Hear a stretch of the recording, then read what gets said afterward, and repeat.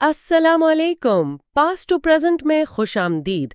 یہ چینل عالمی تاریخ، تاریخی واقعات اور اہم کتابوں کے لیے وقف ہے۔ آج ہم ایک بہت ہی آپ کہہ سکتی ہیں اثر انگیز کتاب بینیڈکٹ اینڈرسن کی امیجنڈ کمیونٹیز یعنی تصوراتی برادریاں اس کے ابتدائی حصے کا ایک تفصیلی جائزہ لیں گے۔ یہ کتاب قوم پرستی کے جذبات کیسے ابھرے، کیسے پھیلے، اس پر ایک بالکل الگ زاویہ پیش کرتی ہے۔ ہمارا مقصد آج یہ سمجھنا ہے کہ اینڈرسن کے نزدیک قومیں اصل میں بنی کیسے، وہ انہیں تصور کیوں کہتے ہیں۔ تو ہم خاص طور پر پہلے 5 ابواب پر بات کریں گے تاکہ اینڈرسن کی جو دلیل ہے اس کی بنیاد کو، اس کی جڑ کو سمجھ سکیں۔ آئیے شروع کرتے ہیں۔ پہلا سوال جو فوراً ذہن میں آتا ہے وہ یہی ہے کہ قوم پرستی اتنی طاقتور قوت کیوں ہے آج؟ لوگ اس کے لیے جان دے دیتے ہیں، جان لے لیتے ہیں، لیکن جب تعریف کرنے لگیں تو اکثر مفکرین بھی وہ مشکل میں پڑ جاتے ہیں۔ اینڈرسن یہیں سے بات شروع کرتے ہیں اور وہ ایک بہت بنیادی بات کہتے ہیں، شاید کچھ لوگوں کے لیے چونکا دینے والی بھی ہو، کہ قوم کوئی بہت پرانی ازلی چیز نہیں ہے، یہ کوئی فطری چیز نہیں، بلکہ انسانی تاریخ میں ایک خاص وقت پر وجود میں آنے والی ایک ثقافتی تشکیل ہے، کلچرل آرٹیفیکٹ، یعنی انسانوں کی بنائی ہوئی ایک چیز، جیسے کوئی اوزار ہو یا فن پارہ۔ بالکل۔ اور وہ پھر قوم کی تعریف کرتے ہیں، وہ کہتے ہیں کہ قوم ایک تصوراتی سیاسی برادری ہے، امیجنڈ پولیٹیکل کمیونٹی، اور اس برادری کو بے وقت محدود یعنی لمیٹڈ بھی سمجھا جاتا ہے، اور خود مختار یعنی سوورن بھی۔ یہ چاروں الفاظ بہت اہم ہیں، تصوراتی، سیاسی، محدود اور خود مختار۔ اچھا، ان کو تھوڑا کھولتے ہیں۔ تصوراتی کیوں؟ امیجنڈ؟ تو تصوراتی اس لیے کہ کسی بھی قوم کے، آپ سوچیں چھوٹی سے چھوٹی قوم بھی ہو، اس کے زیادہ تر لوگ ایک دوسرے کو جانتے نہیں ہیں، نہ کبھی ملے ہیں نہ ملیں گے، لیکن پھر بھی ان سب کے ذہنوں میں ایک تعلق کا، ایک جڑے ہونے کا، ایک شبیہہ، ایک تصور موجود ہوتا ہے۔ صحیح، یعنی یہ آمنے سامنے والی برادریوں سے مختلف ہے۔ بالکل۔ اور محدود اس لیے کہ ہر قوم کی، چاہے وہ کتنی ہی بڑی کیوں نہ ہو، جیسے 1 ارب سے زائد لوگوں کی چینی قوم ہے، اس کی ایک حد ہوتی ہے، ایک متعین حد، بھلے وہ لچکداری کیوں نہ ہو۔ اس حد سے باہر دوسری قومیں ہیں۔ کوئی قوم پرست یہ نہیں سوچتا کہ اس کی قوم ہی پوری انسانیت ہے۔ یہ پرانے تصورات سے مختلف ہے، جیسے عالمگیر مذاہب کا تصور تھا۔ ٹھیک۔ اور خود مختار، یہ تصور کب آیا؟ خود مختار کا تصور خاص طور پر روشن خیالی اور انقلابوں کے دور میں آیا، جب یہ خیال ختم ہوا کہ بادشاہ خدا کی طرف سے مقرر ہیں، انہیں کوئی الہامی حق ہے حکمرانی کا، تو پھر قوم خود اپنی تقدیر کی مالک سمجھی جانے لگی۔ ریاست کی جو حتمی طاقت ہے، اس کا سرچشمہ قوم کو مانا گیا۔ اور آخری لفظ برادری؟ جی، یہ بہت اہم ہے۔ قوم کو ہمیشہ ایک گہرے افقی بھائی چارے، ڈیپ ہاریزونٹل کامریڈشپ کے طور پر محسوس کیا جاتا ہے۔ حالانکہ ہم جانتے ہیں کہ ہر قوم کے اندر شدید قسم کے طبقاتی فرق ہوتے ہیں، عدم مساوات ہوتی ہے، استحصال بھی ہوتا ہے، لیکن قوم کا تصور ان سب پر ایک پردہ ڈال دیتا ہے، ایک بنیادی بھائی چارے کا احساس دلاتا ہے۔ اینڈرسن کہتے ہیں کہ یہی وہ جذبہ ہے، یہی وہ طاقت ہے جس کی وجہ سے پچھلی 2 صدیوں میں کروڑوں لوگوں نے اپنی جانیں قربان کی ہیں۔ تو یہیں سے ان کا سوال شروع ہوتا ہے کہ آخر لوگ ان نئی تصوراتی برادریوں کے لیے اتنی بڑی قربانی کیوں دیتے ہیں؟ بالکل، اور وہ جواب سیاست میں اتنا نہیں ڈھونڈتے جتنا ثقافت میں۔ ٹھیک ہے، تو آئیے ان ثقافتی جڑوں کی طرف چلتے ہیں۔ یہ سمجھنے کے لیے کہ قوم کا تصور بنا کیسے، ہمیں یہ دیکھنا ہوگا کہ اس سے پہلے کیا تھا، وہ پرانے تصورات کیسے کمزور پڑے۔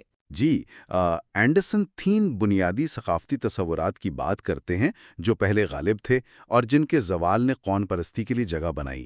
ایک تو تھیں بڑی مذہبی برادریاں جیسے عالم مسیحیت یا امت مسلمہ۔ ان کا جوڑ ایک مقدس زبان سے تھا، جیسے لاطینی یا کلاسیکی عربی، جو سچائی تک پہنچنے کا واحد راستہ سمجھی جاتی تھی۔ ٹھیک۔ دوسرا تصور تھا خاندانی بادشاہتوں کا، ڈائناسٹک ریلمز کا۔ یہاں وفاداری بادشاہ یا شاہی خاندان سے ہوتی تھی، ریاست کی سرحدیں جنگوں اور شادیوں سے بدلتی رہتی تھیں، رعایا کی زبان یا ثقافت اہم نہیں تھی۔ اور یہ دونوں تصورات کمزور کیسے ہوئے؟ آہستہ آہستہ کئی وجوہات تھیں۔ ایک تو دنیا کی دریافتیں ہوئیں، ایج آف ایکسپلوریشن، جس سے یورپی لوگوں کو پتہ چلا کہ ان کی دنیا سے باہر بھی بہت کچھ ہے، مختلف تہذیبیں ہیں۔ پھر مقدس زبانوں کا اثر کم ہوا، یورپ میں لاطینی کمزور پڑی، مقامی زبانیں ورنیکولرز وہ اہمیت اختیار کرنے لگی۔ لیکن اینڈرسن ایک تیسری اور شاید سب سے بنیادی تبدیلی کی بات کرتے ہیں، وہ ہے وقت کے تصور میں تبدیلی، ایپریہنشن آف ٹائم۔ بالکل، یہ بہت دلچسپ نقطہ ہے۔ وہ کہتے ہیں کہ قرون وسطیٰ میں وقت کا تصور مختلف تھا۔ کائنات کا وقت اور دنیاوی وقت، اس میں زیادہ فرق نہیں تھا۔ واقعات کو تقدیر کا حصہ سمجھا جاتا تھا، جیسے سب کچھ ایک الہامی منصوبے کے تحت ہو رہا ہو، ماضی، حال، مستقبل جیسے ایک ساتھ موجود ہوں۔ اس کی مثال وہ پینٹنگ سے دیتے ہیں نا، جہاں بائبل کے کرداروں کو اس زمانے کے کپڑوں میں دکھایا جاتا ہے۔ جی ہاں، اس کے مقابلے میں جدید دور میں ایک نیا تصور آیا، جسے اینڈرسن کہتے ہیں یکساں خالی وقت، ہوموجینئس ایمٹی ٹائم۔ یہ گھڑی اور کیلنڈر کا وقت ہے، ایک لکیر کی طرح آگے بڑھتا ہوا وقت، جس میں واقعات بیک وقت ہو سکتے ہیں سائملٹینیسلی، چاہے ان کا آپس میں کوئی تعلق نہ ہو۔ درِ اثنا، مین وائل کا تصور اسی میں ممکن ہے۔ اور یہ نیا وقت کا تصور قوم کے لیے اہم کیسے ہوا؟ اینڈرسن اسے دو نئی ادبی اصناف سے جوڑتے ہیں، ناول اور اخبار۔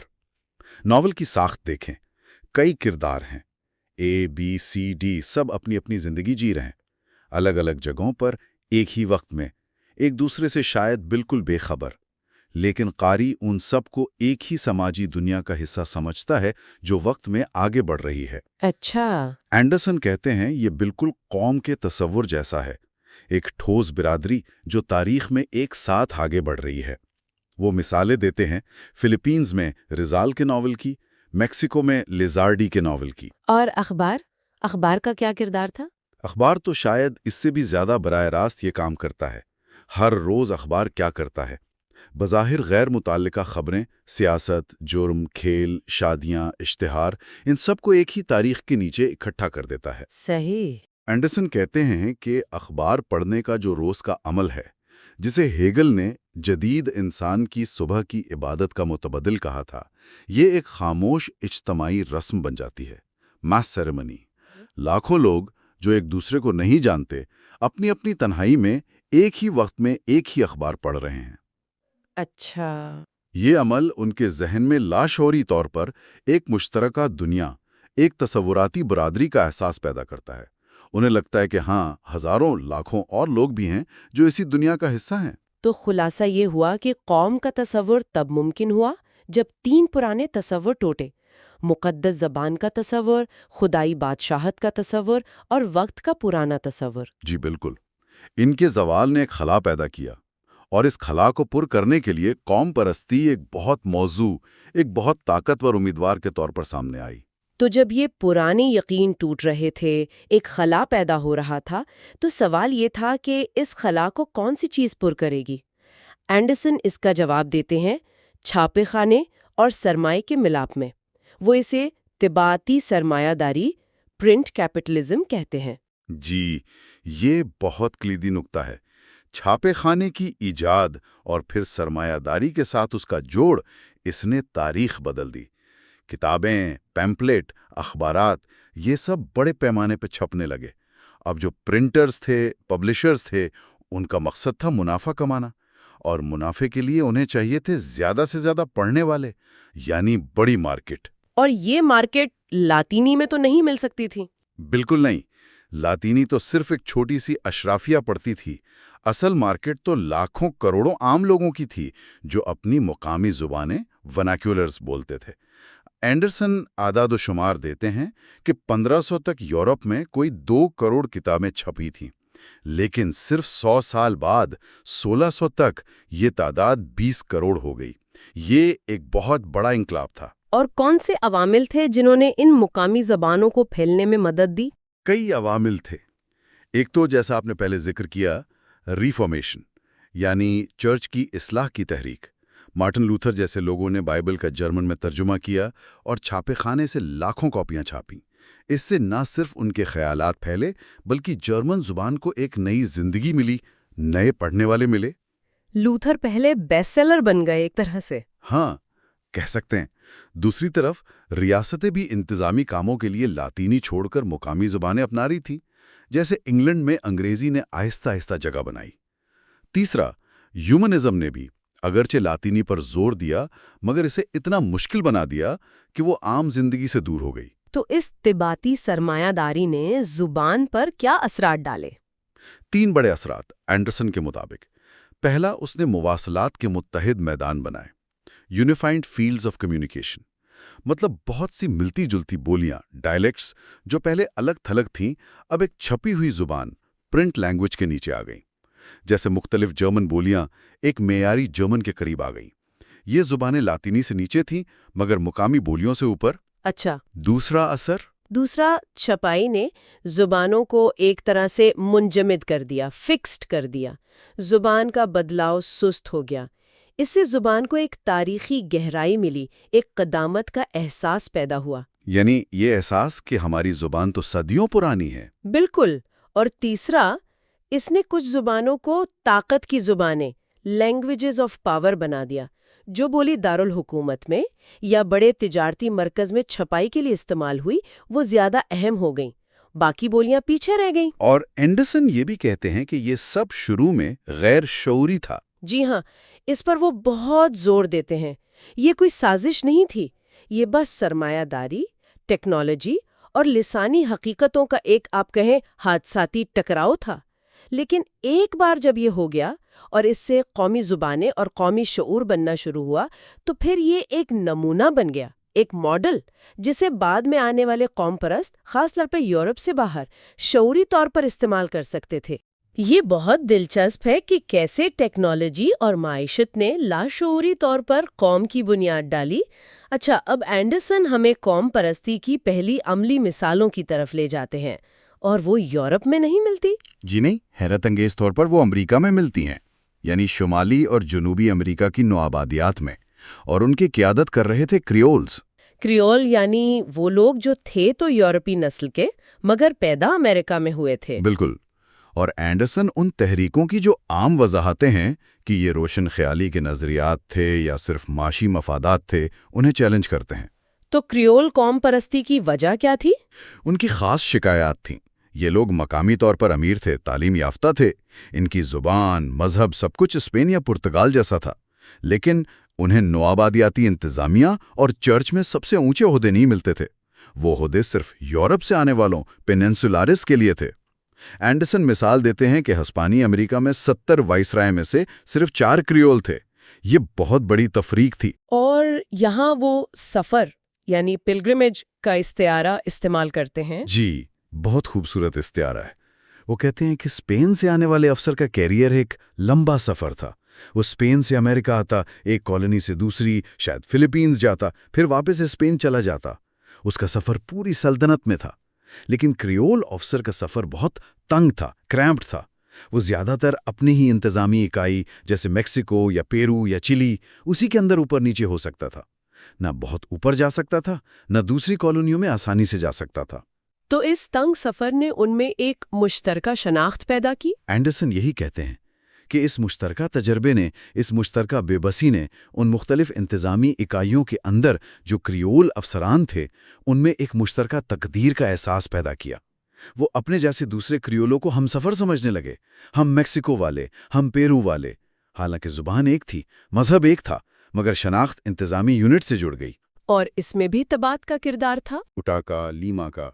یہ اخبار مقامی خبریں چھاپتے تھے، جہاز کب آیا، قیمتیں کیا ہیں، شادیاں، مقامی تقرریاں۔ یہ خبریں صرف اسی علاقے کے لوگوں کے لیے اہم تھیں۔ تو ان اخبارات نے بھی ایک مقامی تصوراتی برادری بنائی۔ بالکل۔ ان کو پڑھنے والے لاشعوری طور پر ایک دوسرے سے جڑ گئے۔ انہیں لگا کہ وہ ایک ہی مقامی دنیا کا حصہ ہیں۔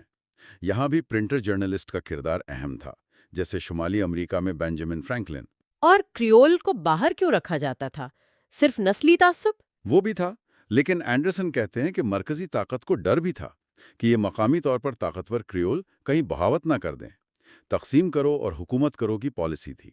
پھر نسل پرستی اور آلودگی کے خیالات بھی تھے کہ امریکہ میں پیدا ہونے سے یا مقامی لوگوں سے میل جول سے یورپی نسل خراب ہو جاتی ہے۔ حتیٰ کہ روشن خیالی کے کچھ نظریات کو بھی ان کے خلاف استعمال کیا گیا۔ جی، جیسے آب و ہوا کا کردار پر کیا اثر ہوتا ہے، اس قسم کی باتیں بھی کریول کو کمتر ثابت کرنے کے لیے استعمال ہوئیں۔ تو خلاصہ یہ ہوا کہ امریکہ میں قوم پرستی ان انتظامی سرحدوں، کریول کے مشترکہ تجربات اور مقامی طباعت کے ملاپ سے بنی۔ جی، اینڈرسن کے مطابق یہی بنیادی عوامل تھے۔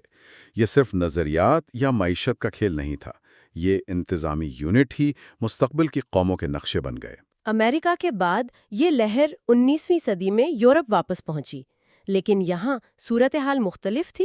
جی، بالکل مختلف۔ اینڈرسن یہاں دو بڑے فرق بتاتے ہیں۔ پہلا فرق زبان کا۔ ہاں، سب سے اہم فرق زبان کا تھا۔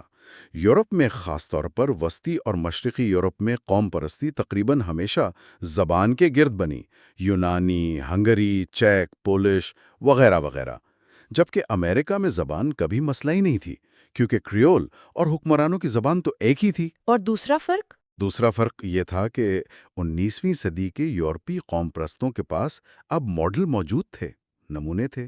امریکی انقلاب ہو چکا تھا، فرانسیسی انقلاب ہو چکا تھا۔ قوم کا تصور، قومی ریاست، قومی پرچم، قومی ترانہ، یہ سب اب معلوم چیزیں تھیں۔ ان کی شعوری طور پر نقالی کی جا سکتی تھی، پائریسی، بقول اینڈرسن کے۔ یعنی قوم پرستی اب ایک منصوبہ بن سکتی تھی؟ بالکل۔ اور اسی دور میں یورپ میں زبانوں کے مطالعے میں بھی انقلاب آیا، جسے اینڈرسن لغت سازی کا انقلاب کہتے ہیں، کمپیریٹو فلالوجی۔ اسکالرز نے زبانوں کی تاریخ کھوجنا شروع کی۔ ولیم جونز نے سنسکرت کا یورپی زبانوں سے رشتہ جوڑا۔ شیمپولیون نے مصری ہائیروگلفز پڑھ لیے۔ اس سے یہ احساس پختہ ہوا کہ ہر زبان ایک تاریخی گروہ کی ملکیت ہے، اور ہر ایسا گروہ ایک قوم ہے جسے اپنی ریاست کا حق ہے۔ اور یہ لسانی فخر براہ راست قوم پرستی سے جڑ گیا؟ جی ہاں، ہم دیکھتے ہیں کہ یونان، ہنگری، چیک علاقوں، سربیا، بلغاریہ، یوکرین، ہر جگہ زبان کی بنیاد پر قومی تحریکیں اٹھتی ہیں۔ ان کی قیادت اکثر دانشور کرتے ہیں، ماہر لسانیات، شاعر، تاریخ دان، اور ان کی حمایت نیا پڑھا لکھا متوسط طبقہ کرتا ہے۔ وہ یونانی دانشور قورس کی مثال دیتے ہیں جو پیرس میں بیٹھ کر جدید یونانی زبان بنا رہے تھے۔ جی، تاکہ یونانیوں کو ان کے شاندار ماضی کی یاد دلا کر ایک جدید قوم کے طور پر بیدار کیا جا سکے۔ یہ نیم سے بیداری کا استعارہ بھی اہم ہے نا؟ بہت اہم۔ کئی یورپی قومیں جیسے چیک یا فنش، انہیں لگتا تھا کہ وہ صدیوں سے سوئی ہوئی تھیں اور اب جاگ رہی ہیں، اور یہ جاگنا بھی زبان سے جڑا تھا۔ چونکہ بہت سے دانشور خود اپنی قومی زبان بھول چکے تھے، تو اسے دوبارہ سیکھنا، لوک گیت جمع کرنا، یہ سب گویا ایک بھولی ہوئی حقیقت کو دوبارہ دریافت کرنا تھا۔ یہ امریکہ سے بہت مختلف تھا، جہاں مشترکہ زبان ہی بنیاد بنی تھی۔ بالکل، وہاں کسی بھولی ہوئی زبان کو زندہ نہیں کرنا پڑا تھا، کچھ چھوٹی مستثنات کے علاوہ۔ اور آخر میں وہ نقالی یا چربا کے تصور پر واپس آتے ہیں۔ جی، کہ امریکی اور فرانسیسی انقلابات نے ایک طرح کا نقشہ فراہم کر دیا تھا۔ آزاد قومی ریاست کیسی ہوتی ہے، آئین، شہری حقوق، عوامی خود مختاری۔ اب کسی بھی گروہ کو اپنی قوم بنانی تھی تو ان کے پاس ایک ماڈل تھا جس کی وہ نقل کر سکتے تھے، جسے وہ اپنا سکتے تھے۔ اور اس نقالی کی وجہ سے کچھ معیارات بھی بن گئے۔ ہاں، ایک نتیجہ یہ نکلا کہ اب قوم پرستی کو عوام سے جوڑنا ضروری ہو گیا، یہاں تک کہ اگر قیادت جاگیردار طبقے کے ہاتھ میں تھی، جیسے ہنگری یا پولینڈ میں، انہیں بھی عوام کی حمایت کے لیے کچھ اقدام کرنے پڑے۔ کسانوں کی غلامی ختم کرنا، تعلیم عام کرنا، عوام کی زبان کو اہمیت دینا۔ قوم کا مطلب اب عوام سے جڑ چکا تھا۔ یہ ماڈل بہت طاقتور تھا۔ تو آج ہم نے بینیڈکٹ اینڈرسن کی کتاب امیجنڈ کمیونٹیز کے پہلے 5 ابواب کا ایک تفصیلی جائزہ لیا۔ ہم نے دیکھا کہ اینڈرسن قوم کو ایک تصوراتی برادری کیسے کہتے ہیں جو محدود اور خود مختار سمجھی جاتی ہے۔ اس کی ثقافتی جڑیں پرانے تصورات کے زوال اور خاص طور پر وقت کے بدلتے ہوئے تصور میں دیکھیں۔ پھر طباعتی سرمایہ داری کا کردار دیکھا کہ کیسے اس نے قومی شعور کی بنیاد رکھی، اور پھر امریکہ میں کریول کی قیادت میں پہلی لہر اور یورپ میں زبان اور نکالی پر مبنی دوسری لہر کا تجزیہ کیا۔ جی، اینڈرسن کا بنیادی نقطہ یہی ہے کہ قوم پرستی صرف کوئی سیاسی نظریہ نہیں، بلکہ یہ ہمارے شعور میں، ہمارے محسوس کرنے کے انداز میں ایک گہری تبدیلی ہے، اور یہ تبدیلی خاص تاریخی حالات، خاص طور پر طباعت اور سرمایہ داری کی پیداوار ہے۔ اسی نے یہ طے کیا کہ جدید دور میں لوگ خود کو کن برادریوں کا حصہ سمجھتے ہیں۔ آخر میں ایک سوال جو ذہن میں آتا ہے وہ یہ کہ اگر اینڈرسن میں دکھایا کہ کیسے پچھلی ٹیکنالوجیز یعنی طباعت اور انتظامی سرحدوں نے قوم پرستی بنائی، تو آج کی جو نئی ٹیکنالوجیز ہیں، انٹرنیٹ، سوشل میڈیا، AI اور عالمگیریت کے جو نئے ڈھانچے ہیں، وہ کس قسم کی نئی تصوراتی برادریاں بنا رہے ہیں؟ کیا پرانی قومی برادریاں کمزور ہو رہی ہیں یا وہ نئی شکلیں لے رہی ہیں؟ کیا ہم کسی نئی قسم کی عالمی یا شاید بہت مقامی نئی برادریوں کو ابھرتے ہوئے دیکھ رہے ہیں؟ یہ ایک اہم سوال ہے سوچنے کے لیے۔